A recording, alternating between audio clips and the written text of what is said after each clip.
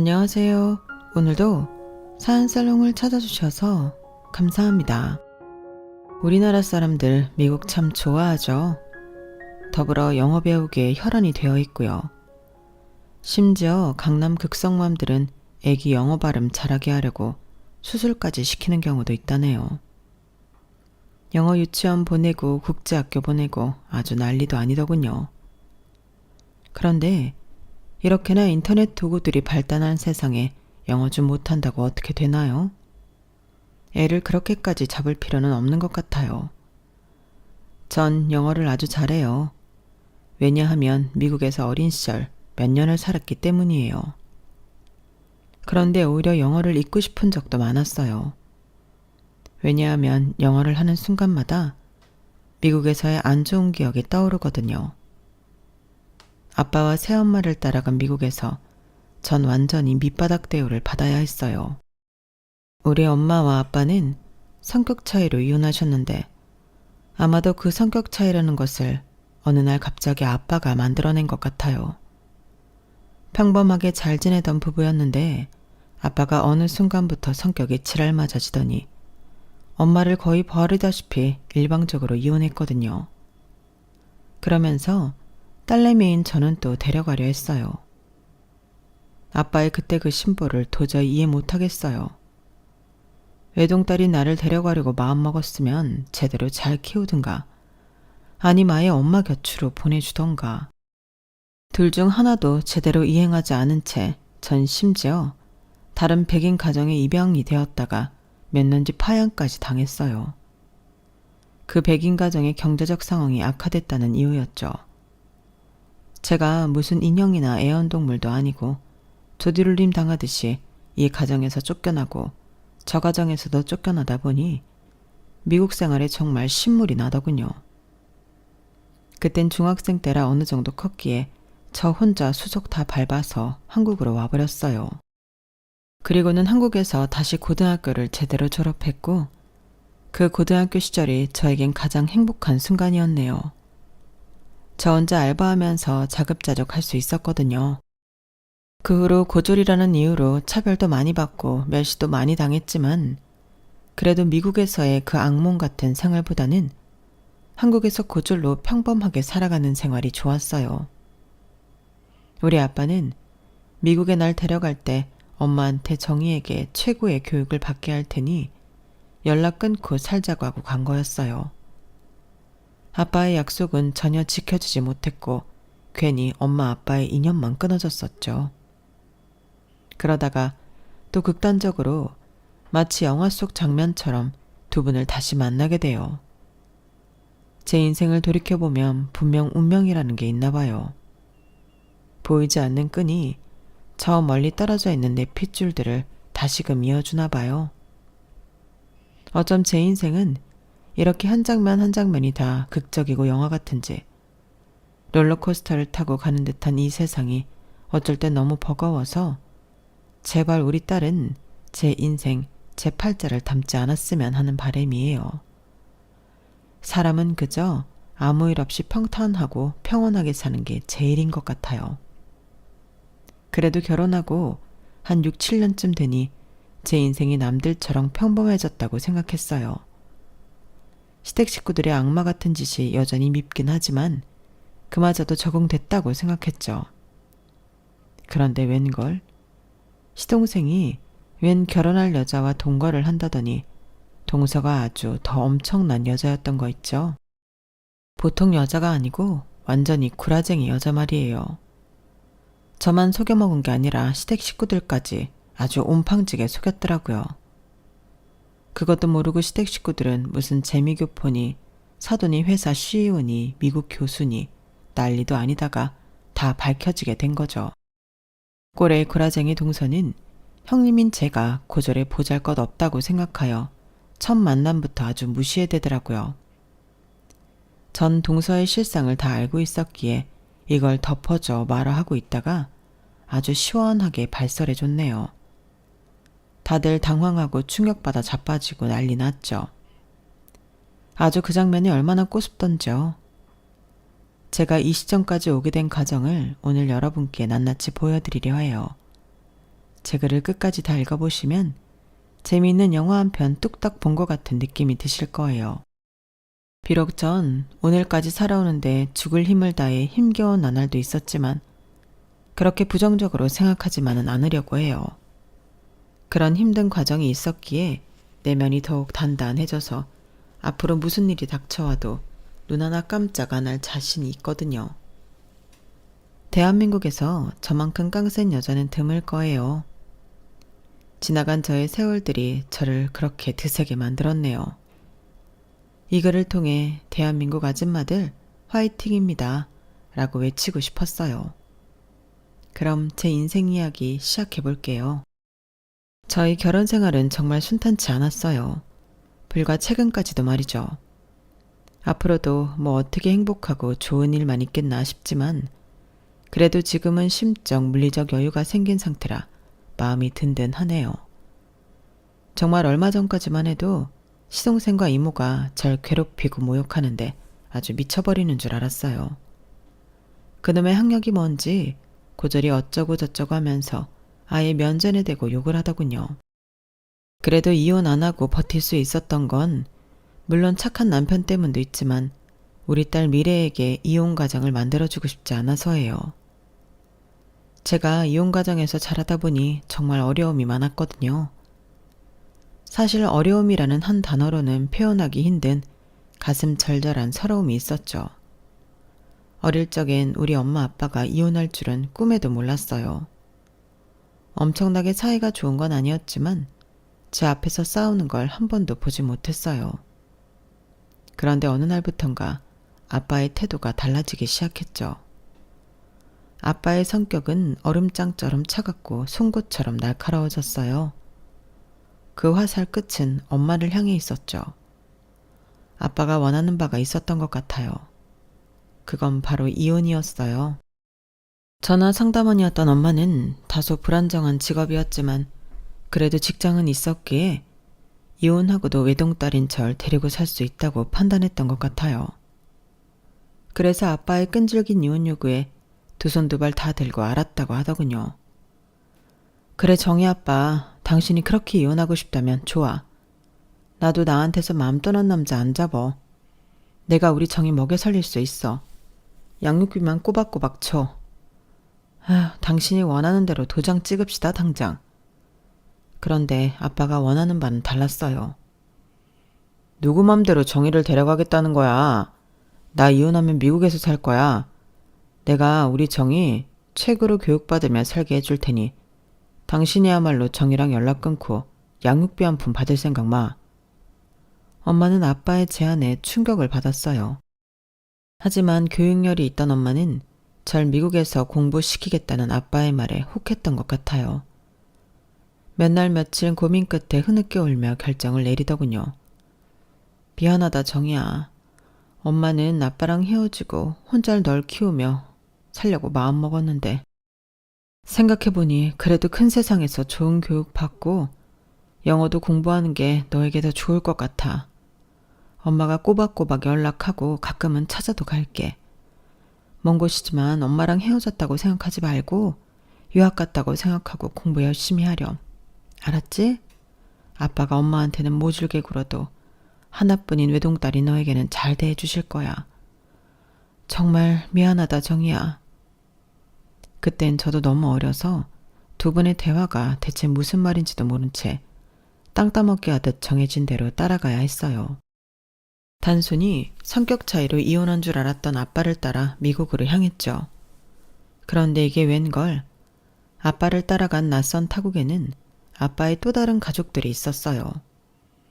아빠는 전부터 해외 마케팅 영업일을 하고 있었는데 아주 가끔 미국을 드나들며 엄마 모르게 딴 살림을 차렸나 보더군요. 저 또한 어린 나이였지만 저보다 더욱 어린 아기와 아줌마가 있었죠. 아빠는 그 아줌마 보고 새엄마라 부르라고 시켰어요. 그리고 그 아이의 이름은 헤일리라고 했어요. 심지어 내 동생이라고 하더라고요. 초등학생임에도 뭔가 이상하게 돌아간다는 걸 감지할 수 있었어요. 더불어 한국에 있는 우리 엄마가 아빠에게 완전히 속아 넘어갔구나 라는 생각도 했어요. 미국식 화장을 하고는 표독스러운 얼굴로 절 노려보던 새엄마는 공항에서부터 구박해대기 시작했어요. 네가 김정이냐? 네가 우리 헤일리보다 나이가 많긴 하지만 엄연히 우리 딸은 헤일리뿐이다. 어디까지나 넌 곁다리일 뿐이니 아영 떨거나 어리광 부릴 생각은 추호도 하지 말아라. 지금 생각해보면 모든 퍼즐이 다 맞춰져요.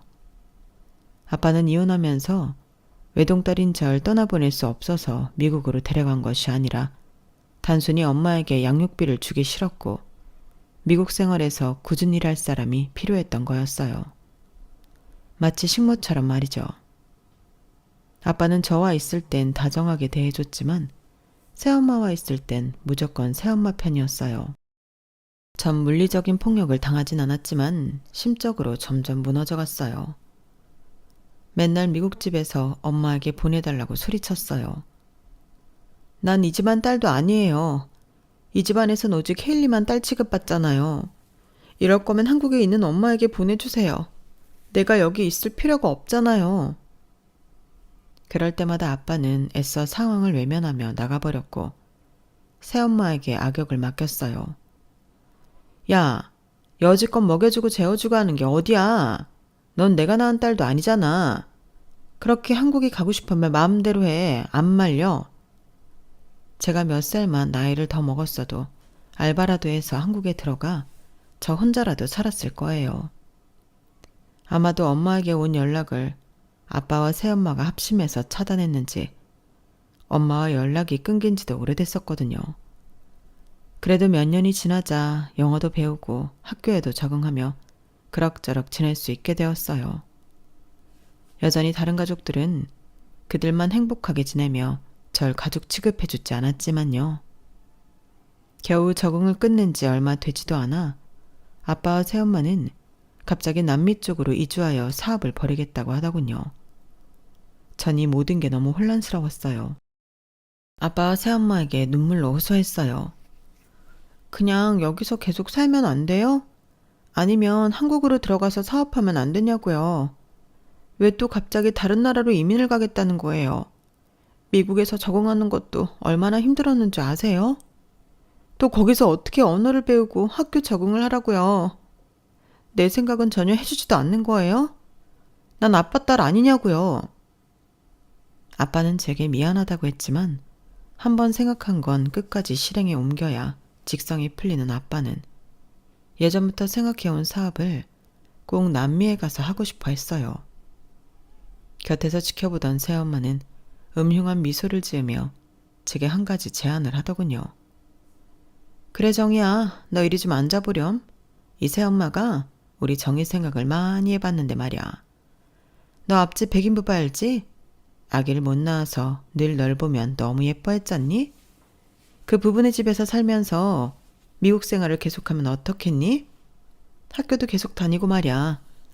네 학비며 생활비는 우리가 남미에서 사업해서 보내줄 테니 아예 그 집 부부에게 입양되어서 수양딸로 살면 어떨까 싶다. 입양? 그런 건 엄마 아빠 없는 고아에게나 해당되는 말인 줄 알았어요. 제가 결정을 못 내리고 머뭇거리는 사이 저희 입양 절차는 일사천리로 진행이 되었어요. 제가 여느 때와 다름없이 학교에 다녀왔더니 쪽지 한 장 덜렁 남겨져 있고 모두들 남미로 이민을 가버렸죠. 진짜 황당하기 그지없었어요. 절 입양한 백인 부부는 맨 처음엔 잘해줬어요. 이웃 주민으로 몇 년간 잘 지낸 사람들이었으니까요. 그런데 몇 개월이 지나지 않아 제게 영어로 마구 소리치기 시작했어요. 너희 부모한테서 약속했던 금액이 입금되지 않고 있다면서 말이죠. 그리고 미국은 해고가 우리나라보다 자유로운 나라라서 그런지 절 입양한 아저씨가 회사에서 해고를 당했고 그 집 경제도 박살나기 시작했어요. 결국 1년이 지나고 절 다시 파양하게 이르렀죠. 이제 전 미국 길거리에 덩그러니 남겨졌어요. 남미로 이민 간 아빠네 가족들과도 전혀 연락이 닿지 않았죠. 하지만 그땐 더 이상 어린 나이가 아니었기에 제 앞가림을 할 수 있었어요. 곧바로 한국행을 결심했어요. 그동안 알바 등을 해서 모은 돈으로 비행기표를 사고 한국으로 들어왔어요. 오자마자 너무 배가 고파 한식당에 들어갔어요. 원래 사치하는 스타일이 아닌데 한식 냄새를 맡고 다른 테이블에 나온 음식들을 보니 돌아버리겠더라고요. 있는 돈을 다 털어 메뉴를 4개나 주문했어요. 아이고, 학생 혼자 다 먹게?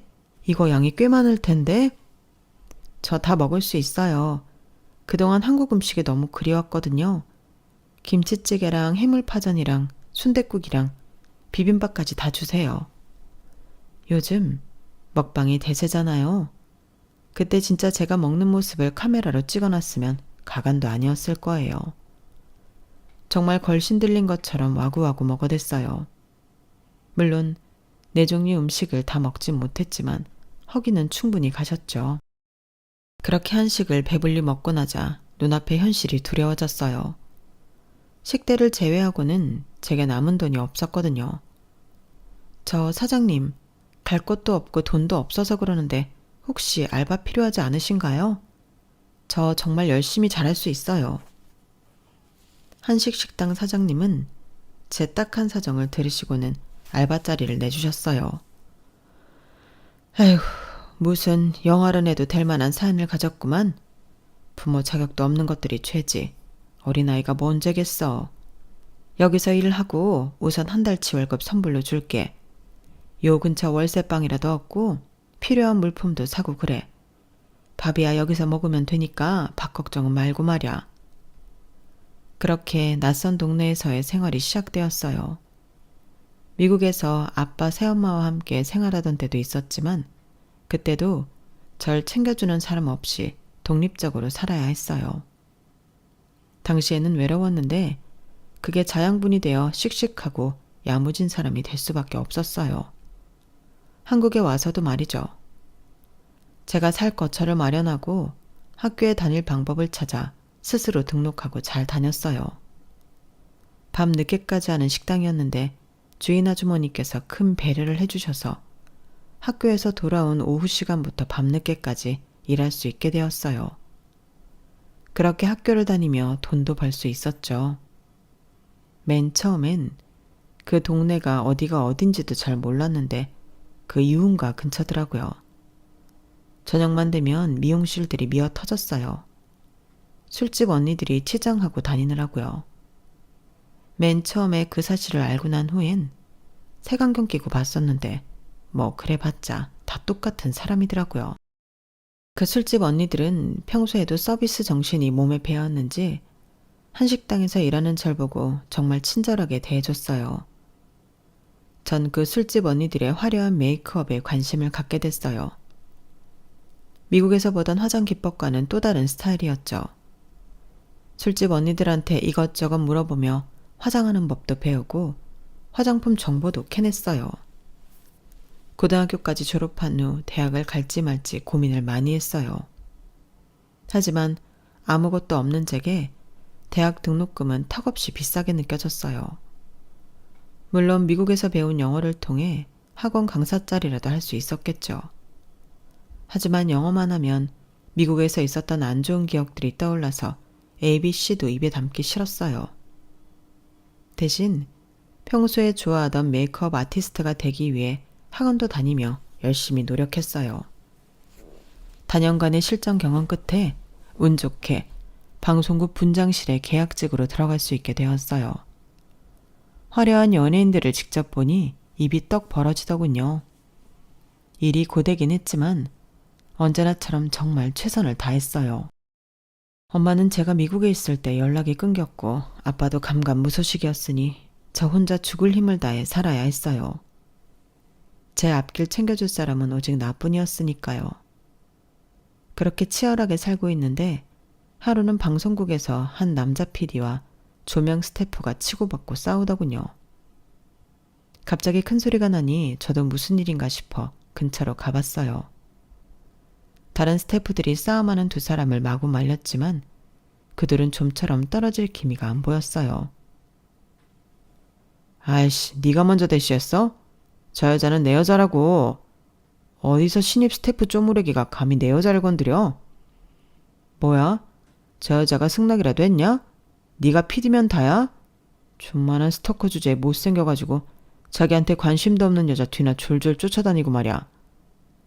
어떤 여자 때문에 그들이 치고받고 하는 게 분명해 보였어요. 그런데 갑자기 한 사람이 다급하게 구경하고 있는 저의 팔을 잡아당기며 말했어요. 김정희 씨, 거기서 그렇게 강 건너 불구경만 할 거야? 지금 이 두 사람 김정희 씨 때문에 싸우는 거 아니야. 정희 씨가 이 두 사람 다 데리고 살든지 말든지 좀 나서서 뜯어 말려보라고. 전 너무 황당했죠. 저요? 저 때문에 싸우시는 거라고요? 왜요? 아, 왜긴 왜야. 저 두 사람 다 김정희 씨를 좋아한다고 하니 셋이 스튜디오 밖으로 나가서 단판을 치던지 마음대로 하라고. 일단 얼른 싸움 말리고 말이야. 전 등 떠밀려서 쌈박질하는 그 눈 두 남자를 일단 떼어놨어요. 만신창이가 된 우리 셋은 카페로 가서 단판을 짓기로 했어요. 여전히 전 어리둥절했어요. 아주 조심스레 다시금 물었죠. 저 두 분 저 때문에 싸우시는 거 정말 맞나요? PD가 먼저 호소를 하더군요. 그래요. 정희 씨한테 내가 고백하려 했는데 저 조명 스태프가 자기가 먼저 고백하겠다며 검은 속내를 드러내잖아요. 참 내 어이가 없어서 말이지. 야, 너 조명 닦아리. 넌 뒤졌어. 너 내일부터 방송국 나올 생각은 절대 하지도 마. 당장 잘라버릴 거야. 에이씨. PD는 자기 분에 못 이겨 카페를 박차고 나갔어요. 날 진짜 좋아하긴 했는지 그 후로도 계속 연락이 오긴 했지만 받아줄 수 없었어요. 왜냐하면 남아있던 조명 스태프 서문철이란 남자가 진짜 방송국에서 잘리고 말았거든요. 더욱 황당한 건 PD의 프로포즈를 안 받아주자 저까지 잘라버린 거예요. 다 그 PD의 짓이었죠.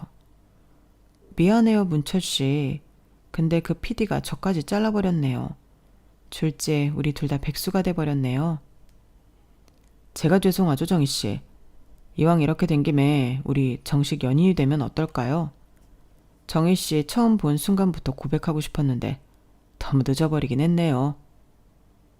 낙동강 오리알이 된 우리 둘은 얼마 지나지 않아 정말 사귀게 되었어요. 생전 처음 연애라는 걸 해봤는데 연애가 이렇게 재미난 건 줄은 꿈에도 몰랐죠. 그래도 먹고는 살아야 했으니 각자 다시 취업하기 위해 열심히 노력도 했어요. 그 결과 전 웨딩 메이크업 쪽으로 일하게 됐고 남친은 꽤 큰 스튜디오에서 일할 수 있게 되었어요. 전 신부 화장을 위해 그날도 최대한 단정하게 입고 바쁘게 일터로 향하고 있었어요. 그런데 웬 거지한 사람이 제 이름을 부르더군요. 정희야. 너 정희 맞지? 내 딸 정희야. 절 부른 사람의 얼굴을 쳐다보니 완전히 샌 노랗더군요. 그 거지는 바로 우리 아빠였어요. 아빠, 이게 무슨 꼴이에요? 얼굴이며 손이며 왜 이렇게 다 누렇고 완전 거지가 다 됐네? 이게 다 뭐야? 날 버리고 남미로 갈 땐 언제고 왜 한국에 있는 거예요? 새엄마와 함께 날 백인 가정에 입양시켜버리고 떠난 아빠가 원망스러워서 평생 잊고 살리라 다짐했건만 막상 얼굴을 마주하니 눈물이 나더군요.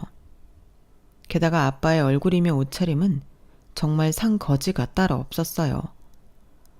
아빠는 다 죽어가고 있다. 아마도 간이 안 좋아서 이렇게 황달이 왔나 봐. 네 새엄마란 년은 남미 돈 많은 남자랑 바람나서 날 떠났지. 내 돈까지 싹 다 털어서 말이야. 사업은 당연히 처절하게 망했고 어떻게 비행기 티켓 하나 구해서 한국으로 돌아와서 노숙자 신세로 지내고 있었어. 이렇게 죽겠구나 싶었는데 우리 딸을 만나다니. 정희야, 아빠가 다 미안하다. 이렇게 죽기 전에 너에게 용서를 빌 수 있어서 그나마 다행이야. 아빠는 천벌을 받은 게야. 개미보다 목탄 못씀. 그때 당시 전 방 한 개에 조그마한 부엌 하나 딸린 17평 아파트에 월세로 살고 있었어요. 아빠를 당장 제가 살고 있던 아파트로 모시고 갔어요. 날 버릴 때의 그 원망은 일단 접어두고 아빠를 살리고 봐야겠다는 생각이 먼저 들더군요. 그래도 어렸을 때는 잘해줬던 아빠였으니 그 기억만 갖고 그렇게 극진히 모셨던 것 같아요. 직장에 휴가를 내고 일단 아빠를 병원으로 모시고 갔어요.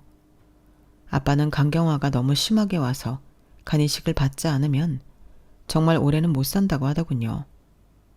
혹시 제가 간이식을 할 수 있을지 적합성 검사를 해봤어요.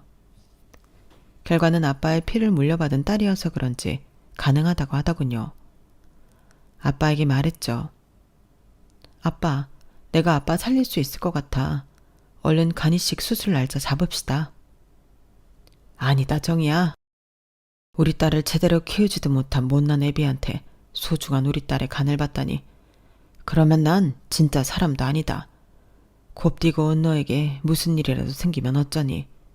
수술이 보통 일이 아닌 것을. 됐다. 그렇게 마음 써주는 것만으로 아빠는 너무 감사하다. 아빠는 한사코 사양했어요. 전 남친까지 데려와서 아빠를 설득했지만 아빠는 좀처럼 내 말을 듣지 않았어요. 그렇게 아빠는 한 달 만에 세상을 뜨고 말았죠. 한 달을 병원에 입원해 있다가 가셨어요. 한 달간은 신부 화장일까지 멈추고 아빠 곁을 지켰어요. 생명의 불이 꺼지고 있는 아빠를 붙잡고 그래도 그동안 있었던 일을 이야기하며 행복했어요. 난 부모에게 버림받고 이 세상에 홀로 선 사람인 줄만 알았는데 유일하게 아빠가 내 가족으로 내 곁에 있으니 꿈만 같았어요. 원망도 정말 많이 했던 아빠였지만 내가 간이식을 해드려서 꼭 살리고 싶었죠. 제 뜻대로 되진 않았지만 아빠와 화해를 하고 보내드릴 수 있어서 그나마 좋았어요. 그렇게 믿기지 않는 한 달을 보내고 전 다시 일터로 복귀했어요. 물론 한 달간이나 공백 상태였기에 다니던 웨딩 메이크업 업체에서는 잘렸고 다른 업체에서 일하게 되었어요. 저도 20대 후반을 향해 가고 남친도 30이 넘어가자 자연스레 결혼 이야기가 나왔어요. 전 가족이 없으니 남친네 가족만 우리 결혼을 오케이 하면 통과하는 거였죠. 남친은 큰아들이었고 그 아래로 남동생이 하나 있었는데 대기업 다닌다면서 남친 엄마의 자랑이라고 하더군요. 남친 엄마는 젊어서 홀로 되어 이 일 저 일 전전하며 알바만 하고 계셨고요. 설명만 들었을 때는 다들 괜찮은 사람들인 줄 알았어요. 그러다 남친 집에 가서 직접 만나보니 착한 남친과는 전혀 딴판이었어요. 살면서 그런 모욕은 처음 겪었죠. 김정인지 뭔지 난 모르겠고 너 애미애비도 없고 고등학교도 혼자 겨우 졸업했다며? 에휴, 개나 소나 대학 가는 요즘 세상에 겨우 고졸이니 신부들 화장에 분칠이나 해주러 다니는구나? 말이 좋아 웨딩 메이크업이지 그냥 계약직 분장사지 뭐. 옛말에 얼굴에 분칠하고 다니는 여자는 조심하라 했건만 우리 큰아들이 네 반반한 얼굴에 코가 깨어도 단단히 꿰인 게 틀림없구나. 야, 지금 길거리 나가서 다른 남자나 꼬셔라. 귀한 내 큰아들 줄 수 없으니까 말이야. 옆에서 저를 향해 눈을 흘기던 남친 남동생도 한마디 덧붙이더군요. 아우 형, 내가 우리 회사 여자 후배들 소개팅이라도 시켜줄게. 메이크업 가방 들고 이리 뛰고 저리 뛰고 하는 저 여자보다 회사 책상 앞에 차분히 앉아서 일하는 여자들이 100배 나을 거야. 전 속에서 분노가 치밀어 올랐어요. 남친 엄마와 그 남동생을 향해 소리 질렀죠.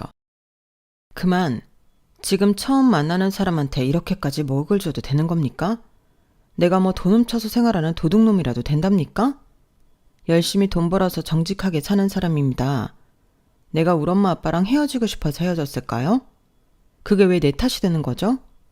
얼마나 잘나셨는지 모르겠지만 보아하니 이 집도 그리 좋은 집, 비싼 집은 아닌 것 같은데 사람 무시하지 마세요. 왠지 큰 싸움이 날 것 같으니까 남친이 절 데리고 황급히 나갔어요. 그렇게 남친 집에 제대로 들어가 보지도 못하고 문 앞에서 첫인사가 끝나고 말았네요. 그렇게 안 좋은 첫인상들을 받았는데 왜 그 집 며느리로 들어가게 됐냐고요? 그 사건 이후에도 남친과는 헤어지지 않고 계속 만나다가 혼전 임신을 하게 됐거든요. 저도 참 어리석죠. 하지만 이미 생긴 새 생명을 지을 순 없었어요.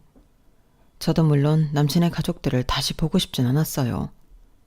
하지만 아무 가족도 없는 저를 물심양면으로 챙겨주는 남친과 헤어지기 힘들었고 소중한 아이까지 생겼으니 어쩔 수 없었죠. 그래서 이왕 이 집 며느리가 될 바에는 잘 지내보자 해서 예비 시모와 시동생들을 다시 만날 때는 최대한 제가 굽히고 들어갔어요. 예비 시모와 시동생도 제가 임신한 사실을 알고 있었죠. 기어코 애까지 임신해와서 결혼하려 드는구나? 아, 어쩔 수 없지. 일단 우리 집에서 제일 가까운 곳에 투룸 빌라라도 하나 얻어서 살 거라. 돈은 네 돈으로 하고 말이야. 분장 사러 일하면서 돈 좀 모았다며? 혼수물품도 네 돈으로 다 채워놓고 중요한 건 시댁 인테리어도 좀 알아봐라. 아무리 친정이 없어도 할 건 해야지 않겠니? 나 참, 제일 중요한 건 나 고절며느리 드린다는 거 동네방네 떠들고 싶진 않다. 저도 화려한 결혼식은 원치 않았기에 그냥 오케이 하고 남편과 혼인신고만 하고 살았어요. 그 후로도 시모는 정말 많은 걸 요구했어요. 시모가 원하는 걸 웬만큼 채워넣으려다 보니 제가 가진 돈으로 모자라서 남편이 지금까지 모아놓은 돈에 대출까지 받아서 다 장만했어요. 코딱지만한 시댁집 인테리어 하는데 1억이 들어갔으니 얼마나 시모 요구가 과했는지 짐작하시겠죠. 정작 우리 신혼 월세집은 전혀 인테리어가 안 된 집을 얻을 수밖에 없었어요. 거기가 가장 쌌거든요. 몸매 얘기를 하고 싶진 않지만 시모는 식탐도 강했어요. 거의 100kg에 육박했죠. 그런데 우리 신혼집 비밀번호를 알아내서 제가 일하러 나간 날에는 꼭 도둑놈 마냥 들어와서 옷들을 가져가더라고요. 그래놓고는 100kg 몸매에 제 옷을 우겨 넣으니 다 찢어놓고 난리도 아니었어요.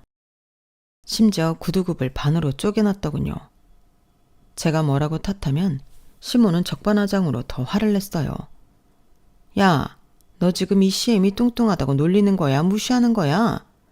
넌 뭐 평생 안 늙고 살도 안 찔 것 같아? 시모는 맨날 아이스크림에 사탕에 애처럼 간식을 달고 살았어요. 전 만사까지 일을 하다가 애기 낳을 때가 되어 3개월 정도만 쉬겠다고 업체에 이야기를 해놓았어요. 우리 딸 미래를 순산하고 열흘 정도 지나자 시모가 그러더군요. 야, 너 나가서 일해라. 요즘같이 물가 비싼 세상에 애 낳는 게 뭐 대단한 일이라고 자빠져 있냐? 내가 애 봐줄 테니 일자리 다시 알아봐. 애 낳고 딱 열흘 됐는데 저런 말을 하니 어이가 없었어요. 어머님, 회사에서도 3개월 쉬고 다시 나와서 일하라고 했어요. 다른 회사들은 1년, 2년씩 육아휴직 주는 것도 있다는데 전 3개월도 못 쉬고 다시 돈 벌라고요? 그렇게 못해요. 여자의 적은 여자라더니 어머님도 애 낳아보셨으면서 그런 말씀을 하세요. 저 출산한 지 이제 겨우 10일 됐다고요. 하지만 시모는 그 후로도 계속 집요하게 돈 벌러 나가라고 성화였어요. 그 목적은 딱 하나, 애 맡기고 육아수당을 달라는 거였죠. 야, 내가 당뇨에 고혈압까지 있는 약한 몸에 애까지 봐주려면 힘이 드니 한 달에 300씩은 내놔라. 아이를 어린이집에 맡기면서 앞뒤로 1~2시간씩만 봐주는 거였기에 시모가 원하는 돈을 다 주진 않았어요. 딱 절반만 드렸죠. 핏덩이를 어린이집과 미덥지 못한 시모한테 맡기려니 늘 불안했어요. 그러면서도 그놈의 돈이 뭔지 계속해서 일거리를 찾아 헤맸어요. 아직 출산한 지 3개월밖에 안 됐으니 저지 도는 걸 말리는 약을 먹으면서 일을 했어요. 아직도 그때 생각하면 마음이 아프네요. 그렇게 아이는 자라났고 결혼한 지 한 7년쯤 되었을 때 남편 회사에서 가족 운동회를 한다고 하더군요. 저도 우리 딸 미래와 함께 참석했죠. 남편 상사들에게 점수 좀 따기 위해 체력도 약한 제가 온갖 군데 다 참석하면서 열과 성을 다해 임했어요. 청팀 100팀으로 나눠서 했는데 다행히 우리 팀인 청팀이 이겼고 전 열심히 한 대가로 VIP 상까지 단상에 올라가 받게 되었네요. 남편 회사 체육대회에서 받는 변변찮은 상이었지만 상이라는 걸 난생 처음 받아봐서 쑥스러운 마음에 쭈뼛쭈뼛 단상에 올라갔죠. 그 회사 대표님의 와이프분께서 상을 주시더군요. 그런데 그분과 눈이 마주치는 순간 깜짝 놀라고 말았어요. 서로 얼음이 돼버렸죠. 정희 맞지? 김정희 씨 맞죠? 내 딸 정희 맞는 거지? 바로 우리 엄마였어요. 세월이 엄청나게 흘렀지만 어렸을 때 보던 그 모습에 머리만 희끗한 정도였기에 금방 알아볼 수 있었죠. 엄마, 나 정희 맞아요. 엄마 딸 정희 맞아요. 남편 회사 사람들이 다 보는 단상에서 엄마와 내가 엉엉 울며 껴앉자 다들 어리둥절해 있었어요. 우린 무대 뒤로 가서 계속 이야기를 나누었어요. 정희야, 아빠랑 미국에 간 후로 누가 중간에서 방해를 한 건지 도통 연락이 되지 않더구나. 심지어 내가 미국으로 한번 찾아간 일이 있었는데 다들 남미로 이민을 갔다고 해서 그런 것보다 하고 있었어. 아빠가 미국에서 교육은 잘 시켜줬니? 엄마, 얘기하자면 길어요. 정말 험난하게 살아왔어요, 나. 엄마한테 마치 고자질하듯이 다 말했어요. 미국에 갔을 때 공항에서부터 이미 새엄마와 이복동생이 있었던 얘기. 난 거의 식모처럼 살았고 나만 버려두고 남미로 이민을 간 얘기. 그리고 마지막으로 거지가 된 아빠를 서울에서 의원이 만나 한 달간 간병하고 장례식까지 치러드린 이야기까지 속사포처럼 쏟아냈죠. 엄마는 그래도 다행히 아주 부유한 남자를 만나 재혼을 했고 잘 살고 계시더군요. 엄마에 대한 원망이 아주 조금은 있었지만 잘 살고 계신 걸 보니 그런 마음이 완전히 없어졌어요. 엄마의 재혼남이 우리 남편 회사 사장이었다는 것도 참 신기했어요. 사람의 인연이라는 게 참으로 끈끈하다는 걸 느꼈죠. 마침 회사의 가족 행사였기에 엄마와 새아빠, 우리 가족이 다 같이 만날 수 있었어요. 그 후로 엄마와는 매일같이 만나고 왕래를 하고 지냈죠. 시댁에는 우리 친정엄마를 만났다고만 알렸어요. 엄마가 부유한 사람과 재혼했다는 사실은 굳이 말하지 않았죠. 친정엄마는 사돈을 뵙고 싶어 했지만 시모는 야멸차게 거절했어요. 저도 교양 없는 시모에게 내 소중한 친정엄마를 소개해주고 싶지 않더라고요. 가족 행사 등에서 자연스레 만날 기회가 있을 거라고 생각했죠. 그즘 시동생이 결혼할 여자가 생겼다며 벌써 혼인신고를 마쳤다고 하더군요. 아주 부잣집 딸내미의 미인이라고 시동생과 시모까지 설레발을 쳤어요. 엄마, 내 여친 아빠는 미국에서 사업하고 엄마는 미국 교수래요. 완전히 로열 패밀리라고. 이 여자 놓칠까봐 얼른 혼인신고 먼저 해버렸어요. 상견례도 할 것 없이 그냥 결혼식 올려버릴게요. 식장도 다 알아놨어요. 아우 그래. 여자 쪽 집에 돈이 그렇게나 많다며. 우리 둘째 아들이 복덩이를 들여왔구나. 결혼식도 최대한 일찍 잡거라. 혹시 그 여자만 바뀔 수도 있으니 말이야. 꼭 비싼 호텔에서 성대하게 치러야 한다. 저는 고졸이라며 그렇게 모욕을 주며 결혼식도 못 올리게 했으면서 동서는 부잣집 딸내미라니까 호텔에서 성대하게 결혼식 치러준다는 점에 화가 났어요. 시댁 단톡방에 시동생이 동서 사진을 얼마나 많이 올려대던지 무슨 연예인 팬클럽 같더군요. 그런데 시모는 한술 더 떴어요. 야, 넌 그냥 오지 말어라. 아니 시동생 결혼식 말이다. 미국에서 잘 나가는 집안이라는데 고졸 따위가 큰 며느리로 떡하니 들어앉아 있으면 둘째 며느리가 우리 집안을 뭘로 보겠니? 어머님, 정말 너무하신 거 아니에요? 저도 더럽고 치사해서 결혼식 가고 싶지도 않네요. 돈 때문에 그러시는 거예요? 아님 고졸인 제 학력 때문에요? 참네. 저도 이제 돈 많은 친정엄마 있다고요. 무시하지 마세요. 참, 돈이 많아봐야 얼마나 많겠어. 됐다 얘. 어쨌든 넌 그냥 집에서 청소나 하고 있어라. 서러운 마음에 친정엄마네 집에 찾아가서 하소연을 했어요. 엄마는 얼마나 대단한 여자가 둘째 며느리로 들어오냐면서 사진 한번 보자고 하시더군요.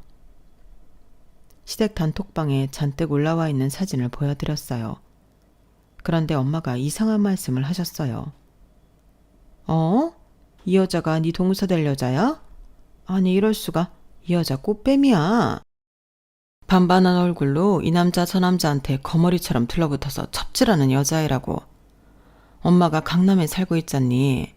이 집 밑에 층에 어떤 중소기업 사장의 세컨드로 있다가 본처한테 혼쭐 나고 사장한테 차여서 아주 지랄을 떨던 여자라고. 강남에서 유명한 여자지. 아마 술집 출신이라고 알고 있어. 친정 엄마는 혹시 모르니 좀 더 정확하게 알아본다며 사람까지 붙여서 동서라는 여자의 뒤를 캤어요. 그랬더니 동일인물이 맞더군요. 신분 세탁하고 우리 시동생을 만나 결혼하려던 거였어요. 물론 부모가 미국 교수고 하던 건 모두 거짓이었죠. 하지만 이미 둘이 혼인신고까지 한 상태라서 제가 나서기가 좀 그랬어요. 그렇게 명절이 다가오고 명절날 처음 만난 동서가 본인이 미국 교포라며 말도 안 되는 영어 회화 몇 마디를 짓거리더군요. 미국에서 산전수전 다 겪으면서 영어를 한국어보다 잘하던 저는 어이가 없었죠. 그러면서 동서는 저를 향해 이렇게 비아냥댔어요. 고졸이라 무식해서 못 알아듣네? 전 영어를 하면 미국의 고단한 생활이 생각나서 평소엔 잘하질 않았지만 우리 딸 미래의 교육을 위해 딸과는 영어로 대화하고 있었어요. 7살 우리 미래가 저와 유창한 영어로 대화하자 동서가 깜짝 놀라더군요. 아니 고졸이라면서 영어를 왜 이렇게 잘해요? 영어뿐 아니라 내가 아는 게 많은데 식구들 있는 데서 내 지식 자랑 좀 해볼까나? 동서 강남 아파트에서 어떤 중소기업 사장 세컨드로 장기간 지냈다며? 그러면서 본처한테 혼쭐이 나고 쫓겨나자 그 아파트에서 지랄했다지? 그 아파트 주민들이 동서 얼굴 다 알고 있더라? 더불어 술집 생활 오래 했다는 것까지 말이야. 미국에 교수 엄마랑 사업하시는 아빠가 있다고? 저기 시골에서 농사 짓는 분들이 진짜 부모 아니고? 어디서 고졸이라고 함부로 무시하려 들여. 술집 여자 주제에. 동서는 제 말을 듣고는 바들바들 떨며 쓰러지고 말았어요. 그런데 다들 동서를 부축해주긴커녕 절 붙잡고 되물었어요. 형수님, 그게 무슨 소리예요? 이 여자가 뭐라고요? 그거 사실이에요? 다시 좀 말씀해 주세요. 술집 뭐요? 시모도 난리가 났죠. 아우, 큰며느리야. 너 잘못 알고 있는 거 아니니? 어쩐지 부잣집 딸님이라면서 혼수도 하나도 안 해오고 빈손으로 오더라니만. 진짜니? 진짜야? 전 친정엄마가 사람까지 써서 알아냈던 증거들을 시댁 식구 앞에서 펼쳐 보였어요.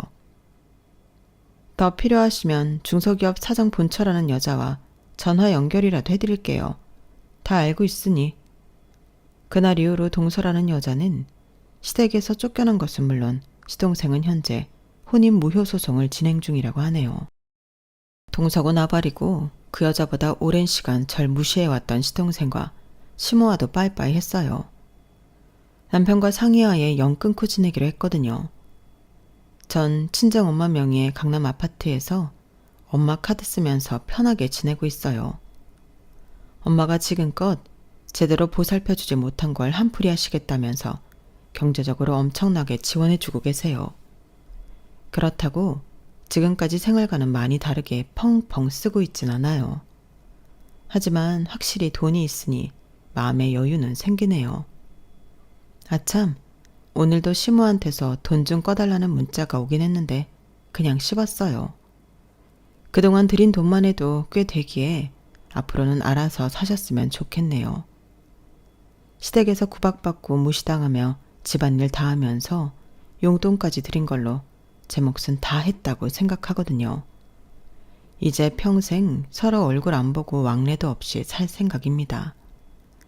지금부터는 우리 남편과 딸 미래를 돌보며 편안하게 살고 싶어요. 일 욕심 줄이고 소소한 행복 누리면서 말이죠. 여러분, 너무 희생하지 마세요. 그래봤자 알아주는 사람 없더라고요. 그저 내가 행복한 게 제일 우선입니다. 모두들 행복하고 건강한 하루 되세요. 지금까지 긴 글 읽어주셔서 감사합니다. 여러분, 사연 댓글에 응원과 현명한 조언 부탁드려요. 좋아요와 구독은 저에게 큰 힘이 됩니다. 오늘도 좋은 일 가득하세요.